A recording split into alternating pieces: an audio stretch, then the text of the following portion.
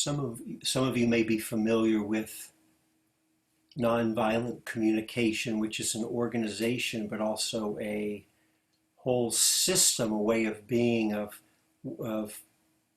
communicating but interacting with others in a way that's very loving and inclusive and takes care of everyone involved in any situation. It was founded by Marshall Rosenberg. He died several years ago. And Marshall had a particular model that I really liked. He would say that when we're in any situation, if we fall into some kind of reactivity, he used an image of we're listening with jackal ears. I don't know why he chose jackals, but I thought it was kind of picking on the jackals. But that was the image. And he says when we listen from a loving place, a non-reactive place, we're listening with giraffe ears. And I know why he chose giraffes, because he said they're the animals that have the largest hearts. I don't know if that's true for whales, but I think for land mammals, certainly because of the long necks, I'm sure they do have pretty large hearts to pump the blood all the way up to their heads. And he would do demos of, I think I've got a set of these ears where you'd put, it's like a headband you'd put on, and it's got some ears. And one of them has the jackal ears, and one of them has these big giraffe ears. And there was something somatic about putting on these ears that would help put you into the state when you were practicing. And especially if there was some conflict or difficulty, it was meant as an aid. The idea is you could, I suppose, walk around with those ears on your head all the time, but I think the idea is we don't walk around with those all the time. We want to internalize, if you're following that model, you want to internalize it.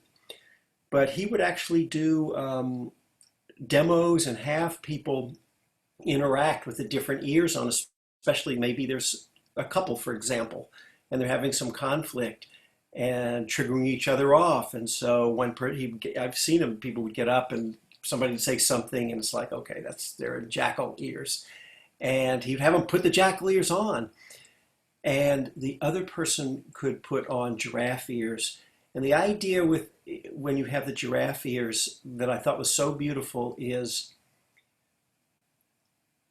he said, when you're listening and when you have giraffe ears on, you are not capable of seeing anything. You're not capable of being in any other place but love. And you're only capable of seeing not the reactivity, not the way that they're acting in a way that you like or don't like, but that there's someone here, maybe they're in pain, or that they're hurting, or you actually don't know what their motivation is. You just see what's happening on the surface. And I think the idea is I don't know if he would say assume the best, but we certainly didn't want to make up a bad story of what might be going on. It reminds me of, I think just within the last couple of days, there was an op-ed in the New York Times when someone was talking about politics in Montana and how, I think it was Mike Mansfield had been a senator back, I think maybe in the 60s or 70s. And Joe Biden had quoted Mike Mansfield and said, the greatest single piece of advice that Biden felt like he had gotten in his whole life was when he was first coming into the Senate, and Mansfield told him, he was talking about just seeing the best in others, even people who are very, very different from your view. And he said, never attack someone or criticize their motives, because you don't know what their motives are. And I thought that was such a nice, beautiful place, and it kind of had that same spirit. A lot of what Marshall Rosenberg's, I don't think he was saying be naive. There are plenty of people out there who have terrible motives for a lot of things, and we don't want to pretend that we're all saints. That's not the point at all. So we want to, how would we say it? Assume the best, but not prepare for the worst. That's not the way to say it. But come from a place of love. But it doesn't mean we become naive, that we don't have wisdom or discernment or don't know how to have boundaries or take care of ourselves or everything we need to do to care for ourselves. We don't throw any of that away. But the starting place is to come from this place of love. And so I love this attitude. And the thing that struck me about this, I've actually had met Marshall on a number of times individually, and he really was just amazing. I think he was a human being. He had his faults, but I think he really manifested a lot of, I think to a great degree, he was what he taught. So I admired a lot in him about that. And part of the way that when I remember having a one-on-one with him, I told him the way I understood his real message, and he said he felt like that was a very accurate understanding of where he's coming from, is that he thought of we're all a system, one system. So we're all parts of a system. So if it's just you with one other person using the nonviolent communication model, then that's the system in that particular moment. But we all move in and out of these different system configurations, right? One-on-one, larger community, families, ultimately the whole world, right? So depending on what's happening in any moment, he had this idea of thinking of it in the system. And it's not like you need to get your needs met and I need to get my needs met. His idea was more that there's one holistic, one system. And it's how do we take care of the whole system so that by you getting cared for and what you need, it's not a zero-sum game, right? It's not just one pie and there's only enough, and if you get more, I get less. It's kind of the opposite of that. So I love that view. And also, not only is it an inclusive view and just a deeply empathetic and loving place to live from, I found when, I would be so inspired by that. And, I remember many years ago, it's like, yeah, that sounds great. That's for me. And I'm going to do that. And then, sometimes you can do it. But the learning edge was to see all the places where I couldn't do it. Because and why not? Why not just rest in a place of love? Take care of yourself. So I'm not going to lose anything by coming from a place of love. It doesn't take anything away from me. And I actually gain because my inner state of being is not dependent on how you act. I haven't given away my own agency, my own volition, my own power over to one person or even the broader society of circumstances. I get to own and hold to and come from a place of my own choosing. So if you choose love, it's a beautiful thing, it's inspiring. And even holding that perspective, then all it takes is the right cause and condition to come together, the right person to say the right thing, and you're right back in with those jackal ears on.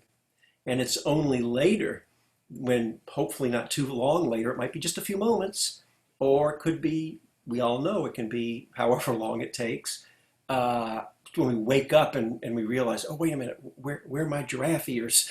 And let me get them back on. That's a beautiful thing to know. I want those giraffe ears.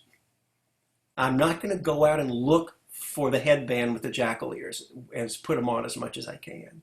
So right away it shows if we sign up for this kind of attitude. This is one particular model that I'm sharing.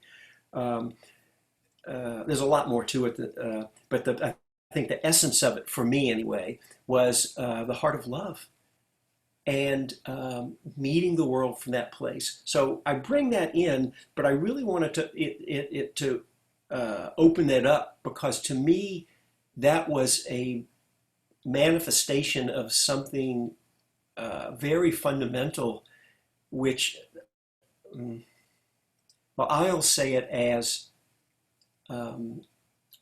it's going to sound a little funny, but hang in here with me, of forgetting yourself or forgetting the self. And so that might sound a little odd so I want to explain what I mean. What do we mean? What does that mean to forget yourself? I mean, you can't really forget yourself in the sense that as long as we're in the realm of existence, in other words, we're not in the unmanifest, you exist, you have a self, that can't be stopped. So in that way, the experience that we call yourself, it continues to happen. But it's shifting the lens of our, well, I'm going to say it kind of in a hard way, but just to make a point, of our obsession with ourselves, of our preoccupation with ourselves, away from this. Again, I'm going to say one last time, then I'll quit saying it over and over. Yes, we want to care for ourselves. It would be foolish not to take care of yourself and to live in a way that's wise and careful and get your needs met. Even Marshall, his real foundation was not being coming from a place of reactivity, but getting our real fundamental needs. And a lot of times, what we think are needs, he would call them more strategies. I'll just give you an example about that. I have a grown daughter and a grandchild, 5-year-old grandchild, but my daughter's 39 years old.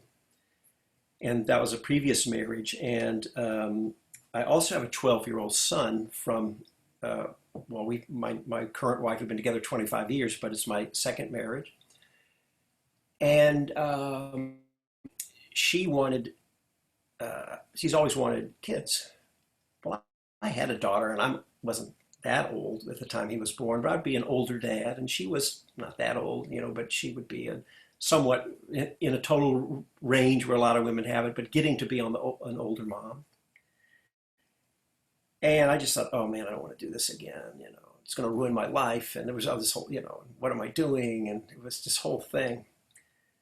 I mean, I really, really didn't want to have another kid. And of course, I didn't realize as soon as he popped out, I forgot, having been through it once, how utterly in love with him I am. And I thank my wife every day, still probably to this day, that he's in my life. So it worked out. But at the time, it was really painful. Now, we weren't going to split up over it, and she wasn't going to force me. But finally, I got it that, if she doesn't do this,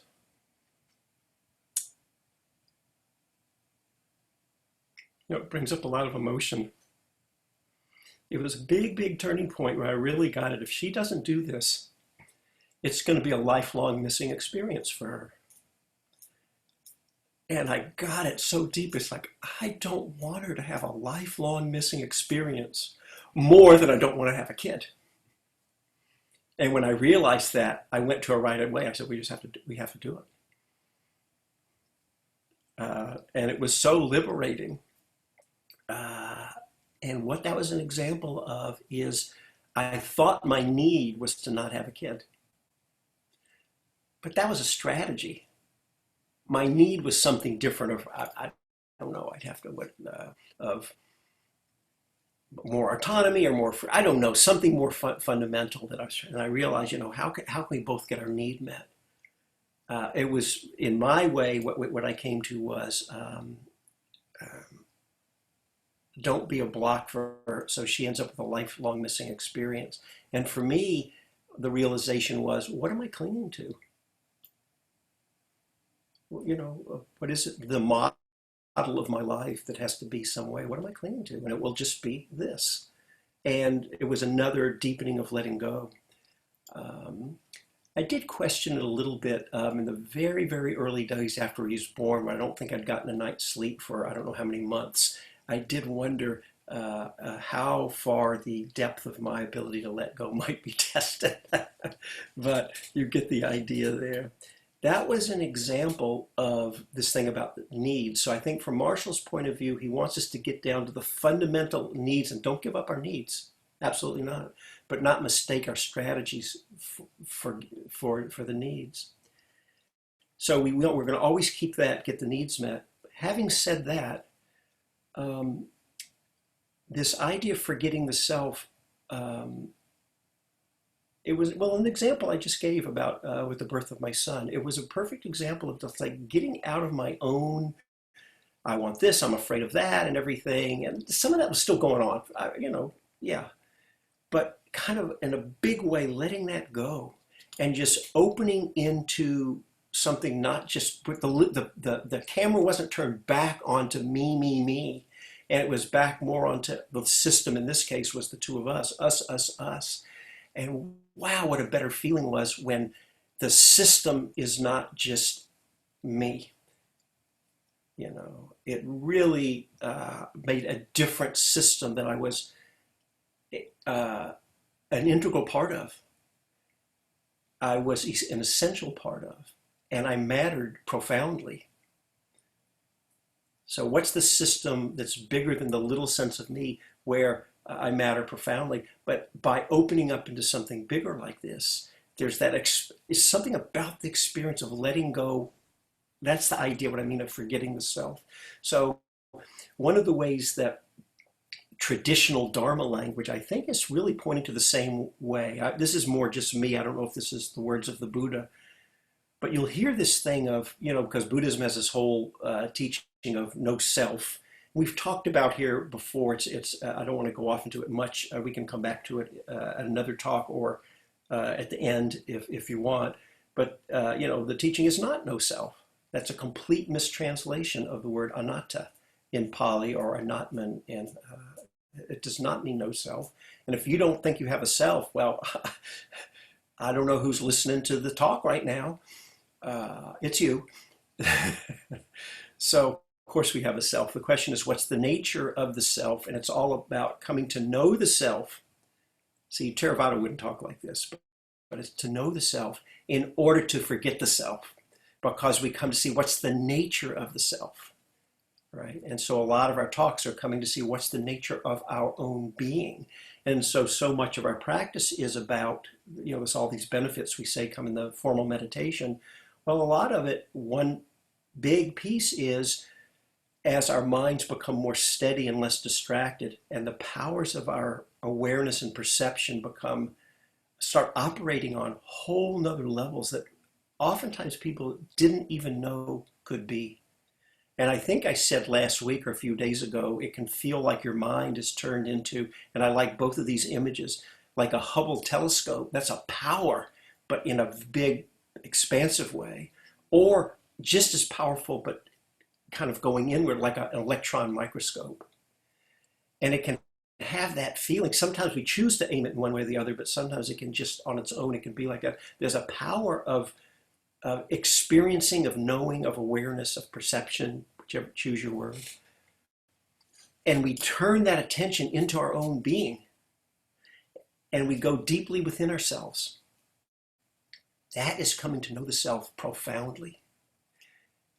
But it's not in service of more clinging. In fact, as we become to see, again, I'm using non-Theravada language. I guess maybe I'm becoming more of a Mahayana kind of guy. I don't know if that's really true, but I actually am more in the school of Joseph Goldstein. I remember once I was sitting, at IMS, Insight Meditation Society in Barre, Massachusetts. Every year they have their 3-month retreat, and you could do like 6 weeks or first 6 weeks, second 6 weeks, or the whole 3-month. And so I was sitting that retreat one year, and I asked. So they had the morning sit after breakfast, where you would they give some meditation instructions, and then at the end of the sit they'd always do Q&A. And I asked Joseph Goldstein, what school of Buddhism did he, or any spiritual tradition, did he identify with, like Theravada or Mahayana or this and that? He said he belonged to the school of don't cling. And he was open to all skillful means that would support that. So I'm saying this, I think over the years, I naturally am subscribing to that more. I say that because I'm using less, for those of you who are used to the language coming from the Theravada. I realize I often stray from that language. So this idea of coming to know the self in order to, we would say, non-clinging and letting go. But another flavor that you can try this on for yourself, getting back in the sense I meant when I talked about forgetting the self. And it's really a beautiful place. And I will say, I was reflecting because I knew I wanted to speak on this topic this evening. I think it may well be that the happiest times in my life are the times when I've really been able to most authentically, in this spirit, forget the self and be part of, alive in a system bigger than myself, if you will. And the system doesn't have to include people. It can include just, you could say, all things, right? So, and that's a profound, but these things I'm talking about are accessible to us experientially. It's not just feel good talk. We can really open to it. So one thing, that's up to you. You know, you may be emphasizing developing qualities of the heart, like loving kindness and compassion and all of that kind of stuff. Well, if you do that, that's another flavor of learning to live with giraffe ears, really. I think it's the same kind of thing. And when we're really in a place, let's just take metta, loving kindness, and it's very alive in us, or compassion. For those of you who've really touched those places deeply, there is that sense we're not, the experience is happening, but it's not a self-obsession about, am I okay? Am I getting what I want? It's more rooted and grounded profoundly in love. And then love doesn't care what it meets. And the image I love and I often use is when you're practicing these states of the heart, loving kindness, it's like the sun or the rain. You know, the rain doesn't choose to fall. Well, I'm going to fall here and not there. It's just equally on all. And the sun, you know, if the sun can do it, I think we can do it, right? Right? It shines everywhere. Doesn't matter. Equally on all. So it's that idea. So you're having the experience, but it's not about my own agenda, if you will. And so that's an example, even out of the Theravada, when we do these loving kindness, Brahmavihara practices, compassion, those kind of things. If we're more thinking of it, framing it more with the language of letting go and non-clinging, I think that could also be another way it comes to it. I happen to be, in the spirit of the talk tonight, I'm bringing the idea of forgetting the self. But really, these are the kind of things I mean. And so to end, I just want to bring one piece out of the Theravada, which I think captures this same feeling.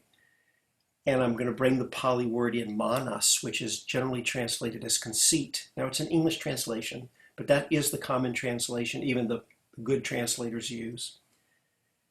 And the texts have the Buddha saying, you know, if you think you're better than someone else, that's conceit. We can all relate to that. But then he goes on to say, if you're equal to someone, I don't remember the order, if you're equal to someone, that's conceit. And if you think you're less than someone, that's conceit. And when I first heard that, I thought, well, that's kind of odd. That's not my normal, just in our culture, our language, understanding of the word conceit. But when you really get to understand what is being pointed to, it's the conceit of the self, in that everything having to be self-referential. Like, this is like, so one thing is, when I'm not forgetting the self, I may, for example, I may be everyone, there are people who are doing this, we probably all do it some. Everyone I meet, I can be, how do I stack up? How am I doing? Am I okay? I'm not okay. How am I going to be okay? What am I going to do to get to be okay? What am I going to do to stay okay? He's getting more than me. It just goes on and on. That's the self-obsessive mind. We all have some of that. I'm not criticizing at all. Every one of us as human beings can relate to this. right? So it's not a judgment, it's more what it is to be a human being. We want to turn the light of awareness onto that so we know what's happening. And then we can hold that with the same love. Giraffe ears, right back to ourselves. And there's a whole piece with Marshall. You actually can, those giraffe ears, you can twist them. And when they're turned out, I forgot to mention this, it's a great thing about them. When they're, the jackal ears too. The jackal ears, so for those of you, you know, I often use this way of framing things by saying we all have our, I think I said it the other night, we all have our top, what I call our top 10 tunes. That's my way of saying we've all got our main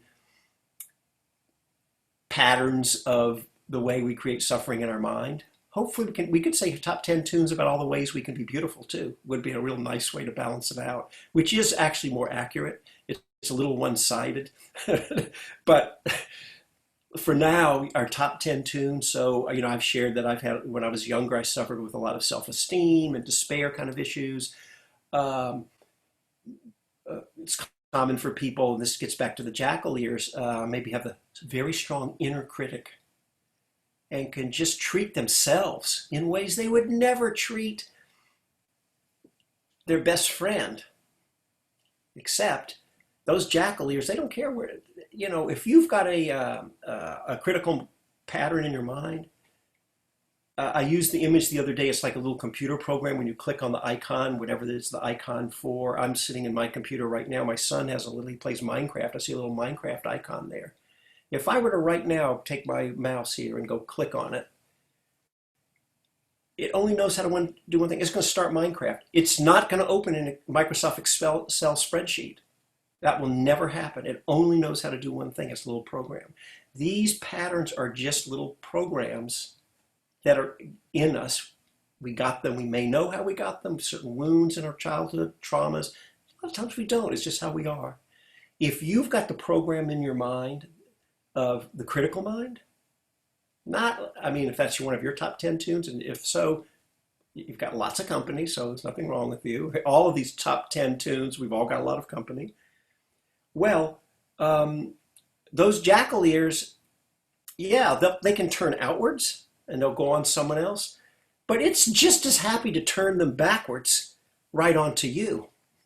It doesn't care. All it knows how is to be critical. It's actually not concerned with where it lands.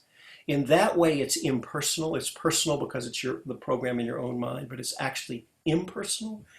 And we can, if we can start to see this with the light of awareness, we don't have to fall into its trance so much every time it opens up its big mouth and starts yapping at us, because we know, oh, that icon got clicked and the program's running. Now, if my son came in and clicked the Minecraft icon right now, I'm not going to throw a fit about it. I know what to do. I'm just going to go over here with my mouse. I know there, oh yeah, there's the quit button, click. I've just stopped it. I don't have to throw myself. If we can have that kind of awareness, number one, we can start to heal. So maybe it doesn't come up so much.